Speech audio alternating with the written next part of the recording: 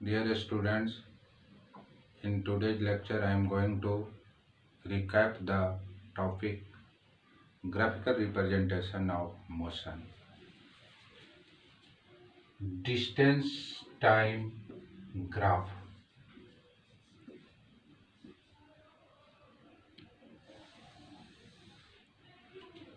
Displacement time graph. S stands for distance, T stands for time. S पर यह arrow है, vector quantity या displacement को show करता है। एरो क्या बतलाता है? डिस्प्लेसमेंट जो वेक्टर क्वांटिटी है या वेक्टर के लिए यह सिंबल आता है।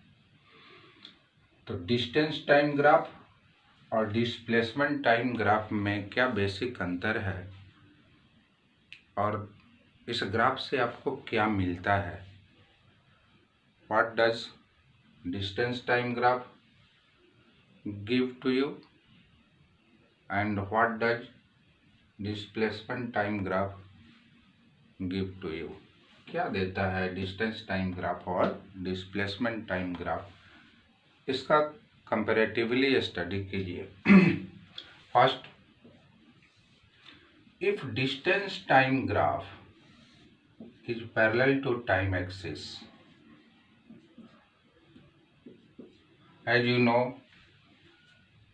we take time along x-axis and distance along y-axis. y-axis के along आप distance लीजिए और x-axis के along time। अगर distance time graph time axis के पैरेलल हो, distance time graph time axis के क्या हो? पैरेलल हो, तो this graph shows that the object is at rest. यह क्या बतलाता है कि ऑब्जेक्ट रेस्ट में है। With respect to time there is no change in the position of the object. Object के पोजीशन में कोई चेंज नहीं हो रहा है। या रेफरेंस पॉइंट से जितने डिस्टेंस पर वह ऑब्जेक्ट है उतना ही डिस्टेंस पर वह रह रहा है। Time is passing on, time जो है गुजरता जा रहा है और डिस्टेंस चेंज नहीं हो रहा है। यह क्या बतलाएगा? रेस्ट को शो करता है। यह ग्राफ रेस्ट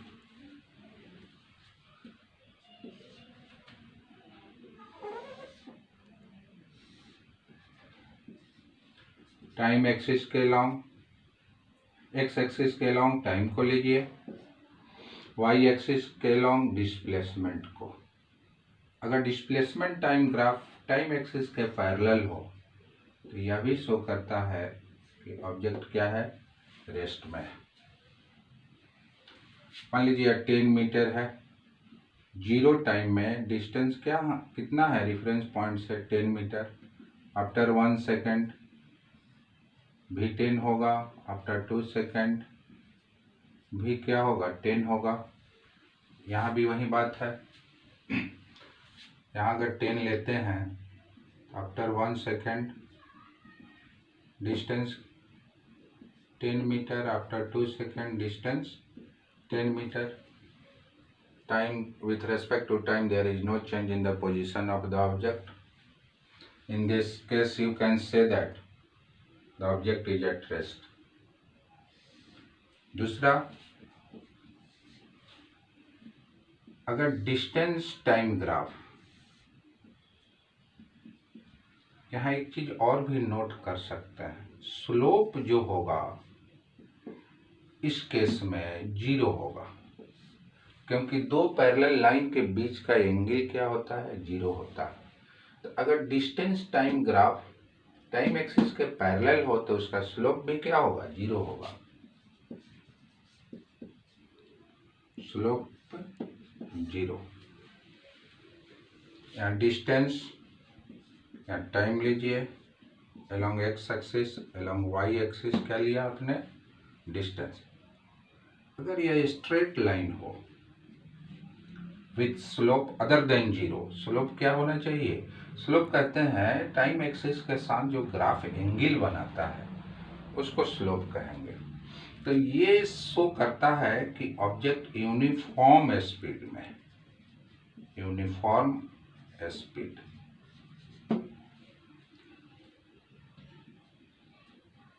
स्लोप जो है क्या देगा? स्पीड देगा। किसका स्लोप? डिस्टेंस टाइम ग्राफ का स्लोप क्या देता है? स्पीड देता है। दूसरा केस डिस्प्लेसमेंट टाइम ग्राफ के लिए आइए।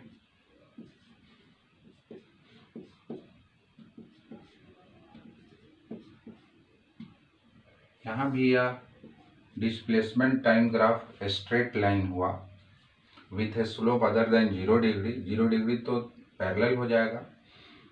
अगर ग्राफ टाइम एक्सिस के साथ कोई एक एंगल बनाता है 0 के अलावा और वह लाइन क्या हो? स्ट्रेट होती है, शो करेगा uniform velocity. As you know, velocity is the rate of change of displacement with respect to time, and speed is the rate of change of distance with respect to time.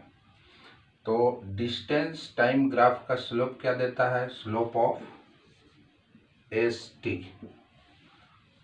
और displacement time graph का slope of S, arrow का sign दीजिए, यह क्या देगा? Velocity.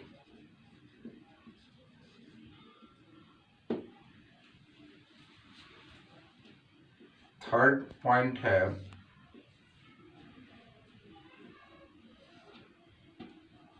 अगर distance time graph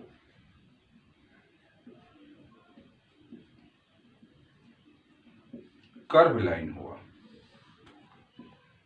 if distance time graph is a curved line, it shows that the object has non-uniform speed. या क्या है? non-uniform speed, uniform speed।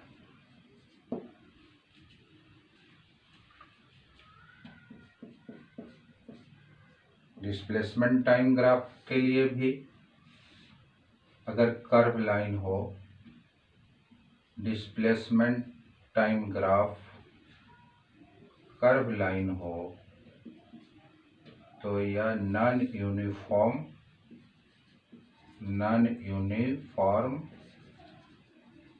Velocity देता है।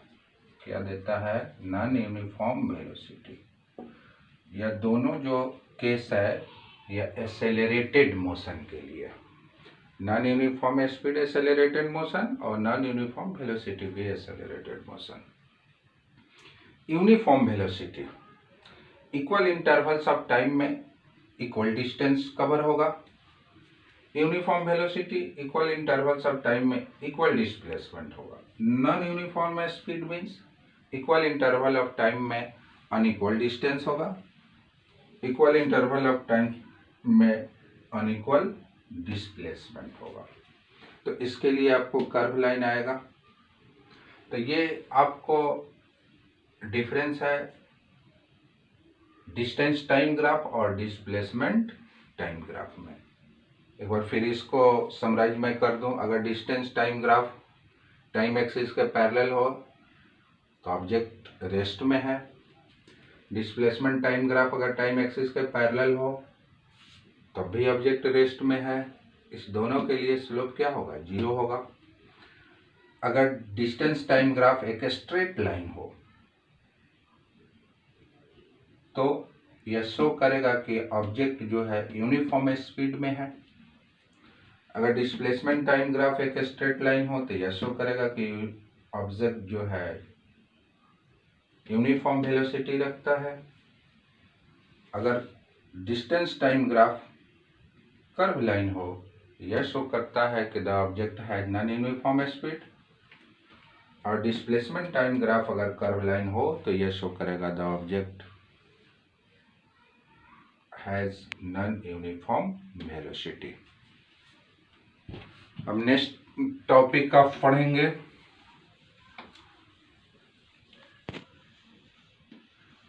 डिस्टेंस टाइम ग्राफ हो गया, डिस्प्लेसमेंट टाइम ग्राफ हो गया, स्पीड टाइम ग्राफ और velocity time graph.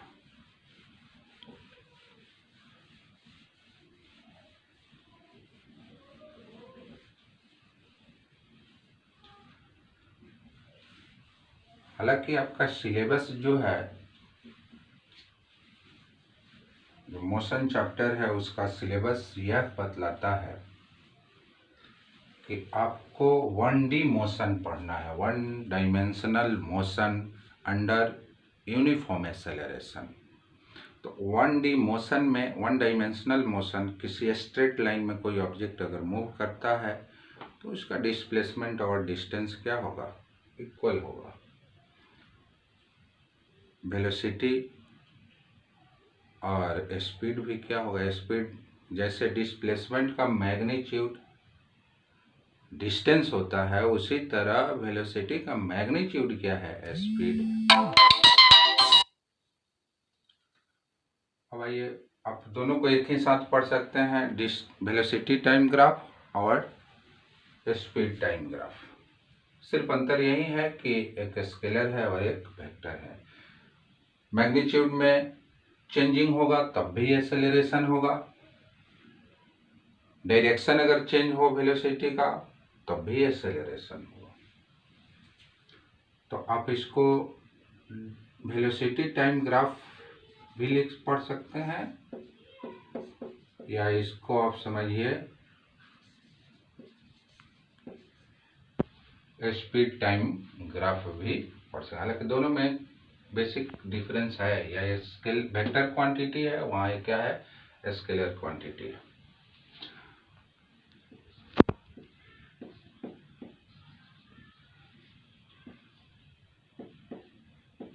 Velocity time graph.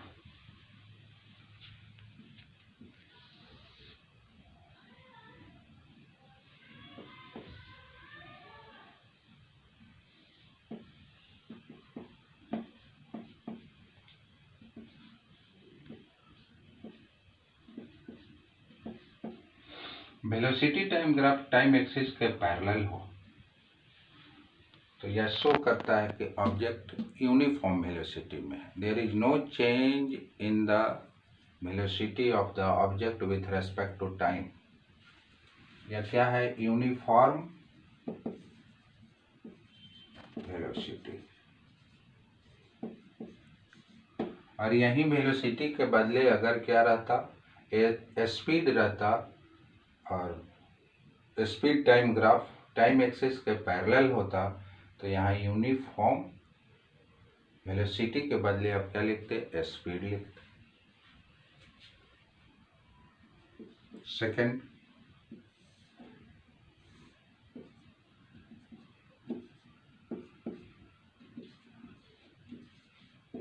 Velocity time graph अगर स्ट्रेट लाइन हो, यहाँ भी स्लोप इसका क्या होगा, 0 होगा। पैरेलल के केस में स्लोप 0। वेलोसिटी टाइम ग्राफ का स्लोप अदर देन 0 हो, स्ट्रेट लाइन हो, तो यह शो करता है कि the object is moving under uniform acceleration. यानी slope of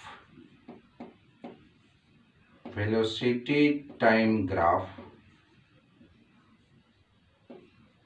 gives us acceleration. अगर velocity, in place of velocity, if you take speed along y-axis and time along x-axis, and the graph of velocity speed time graph is a straight line with a slope other than 0 degree, then it also gives uniform acceleration.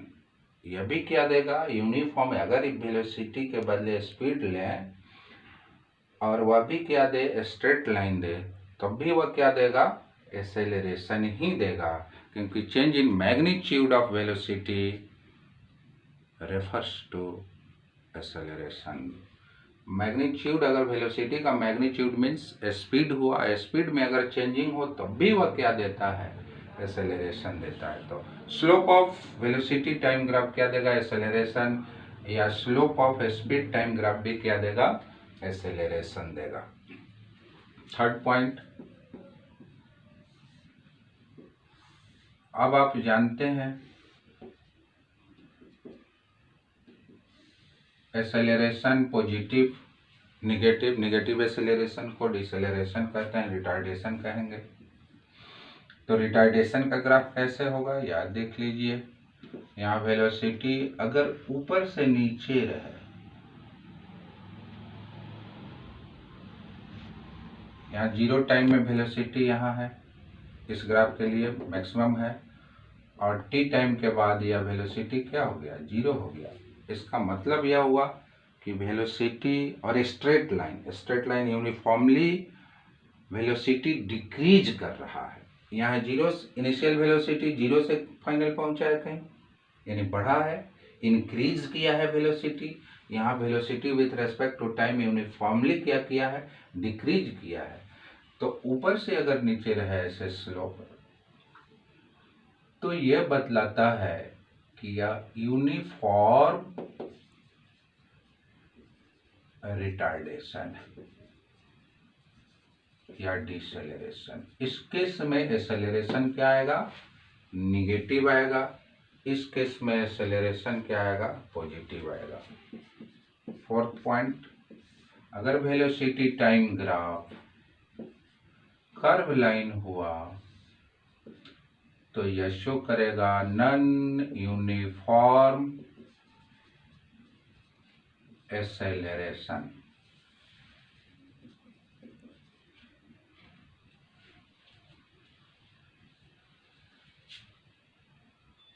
और velocity time graph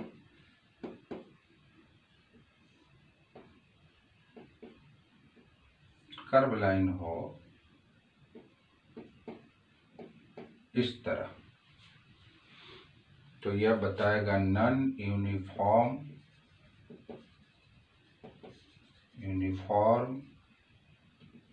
retardation.